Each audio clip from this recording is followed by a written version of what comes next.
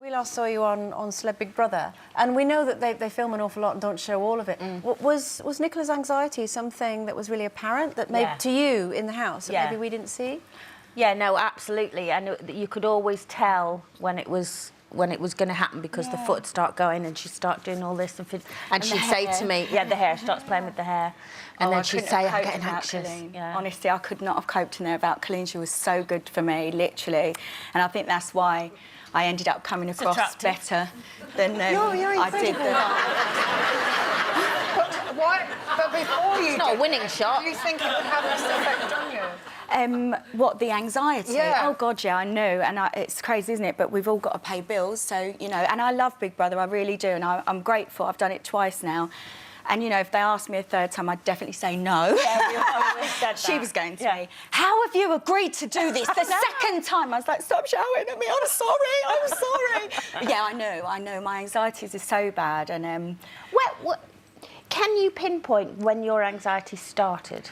my anxiety, well, my eating disorders, I remember the first time making myself sick was 11, so that many years ago. The anxiety wasn't as bad, but then again, you're a child, how do you know what anxiety is? I didn't realise I had an eating disorder, you know, so I can't really remember, but I remember it getting really bad after my second son, really bad, but my eating disorder got bad as well, and then the anxiety, and now, I mean, I can even hear it in my voice, now the anxiety is like at an all-time high for me, really. Well, what do you, in the face of anxiety, you still manage to get up and go out there and do the things that you want to do, so... You have to, don't you? You know, I'm a mum of two, you know, we're mums, aren't we? We need to, you know, I need to do the school run, I want to do the school run, I want to go in and do the reading, I love, you know, I love the kids. So, and as anxious as Nicola is, though, she's also still really strong and really feisty. Yeah. I mean, you were the one that stood up to everyone. You basically said what we were all thinking, but you would say it. Why do I always out. have to be the one? it makes people... I'm like, Marmite, aren't I? But everyone's thinking it. You know, I had a go at the traffic police manning my school road the other day, really getting on my nerves. It's a school road, I'm allowed to drive up it if I want. It's your choice not to. I drive safely. I went storming over there, didn't I? And I told them, and then all the mums are going, thank you. And I think, why does it have to be me? Is that a mask, though, to help you to cope with all of the anxiety you're having? Do you put on that front of being feisty? Yeah, I think so. And I think I find it quite funny, because I think underneath I'm a bit, like, timid, and I'm like, oh.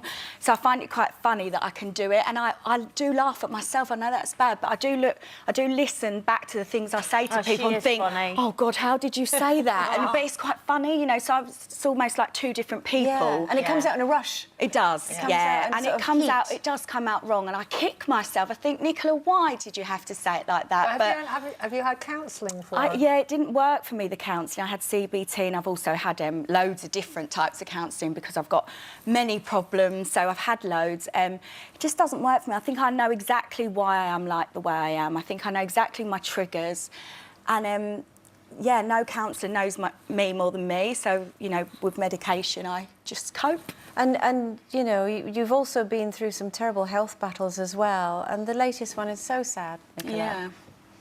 Yeah, it is actually. It is what it is, isn't it? I've got two boys, so I'm lucky, really lucky. Basically, you've found out that you've got polycystic ovarian syndrome. Yeah. And the treatment that you've been recommended is to have your ovaries removed, which of course removes any further chance of having children.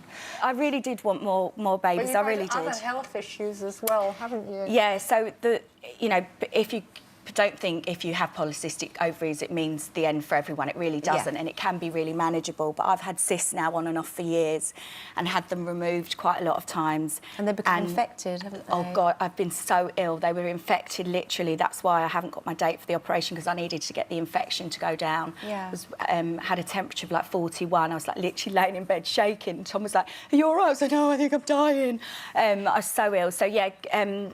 The cysts keep on coming back, and they're getting bigger. I mean, my stomach, I know everyone will go, no, you're not, but I've got such a big stomach at the minute. It's really bothering me, but, you know, I shouldn't moan. And so my doctor said to me, they just keep on coming back, and how many times are you going to be lucky enough to be a healthy cyst? Yeah. You really do need to get... Because you've had problems as well with your smears, don't you? Get your smears done every 3 months? Every 3 months. My smears never come back.